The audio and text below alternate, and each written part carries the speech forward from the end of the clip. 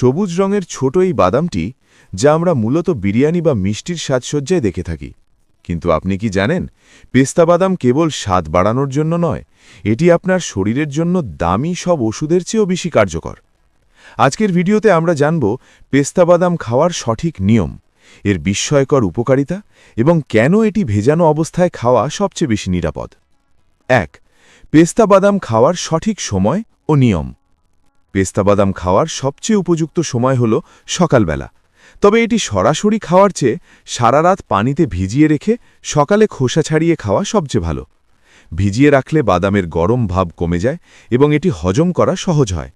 এছাড়া বিকেলের নাস্তায় অল্প আঁচে ভাজা পেস্তাও খাওয়া যেতে পারে। মনে রাখবেন, অতিরিক্ত লবণযুক্ত পেস্তা উপকারের চেয়ে অপকারী বেশি করে। ২.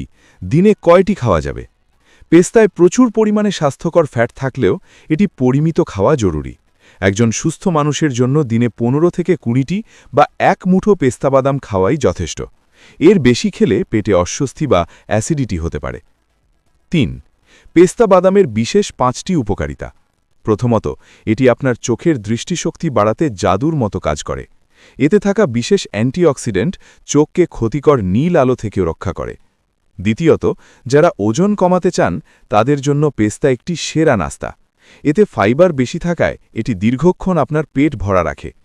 তৃতীয়ত, পেস্তা হার্ট বা হৃৎপিণ্ডকে সুস্থ রাখে এবং রক্তনালীর স্থিতিস্থাপকতা বাড়ায়। চতুর্থত, এটি রক্তে শর্করার মাত্রা নিয়ন্ত্রণে রাখে, যা টাইপ 2 ডায়াবেটিস রোগীদের জন্য অত্যন্ত উপকারী। এবং পঞ্চমত, এতে থাকা প্রচুর পরিমাণে ভিটামিন B6 শরীরে হিমোগ্লোবিন তৈরি করে এবং রোগ প্রতিরোধ ক্ষমতা বাড়ায়। ৪. যেভাবে খেলে মারাত্মক ক্ষতি হতে পারে। পেস্তা খাওয়ার সময় একটি বিষয় অবশ্যই খেয়াল রাখবেন। বাজার থেকে কেনা অতিরিক্ত লবণ বা নুন দেওয়া পেস্তা উচ্চ রক্তচাপের রোগীদের জন্য মারাত্মক বিপজ্জনক হতে পারে। তাই সবসময় কাঁচা বা লবণহীন পেস্তা বেছে নিন। এছাড়া পেস্তা খাওয়ার সাথে সাথেই খুব বেশি পানি পান করবেন না।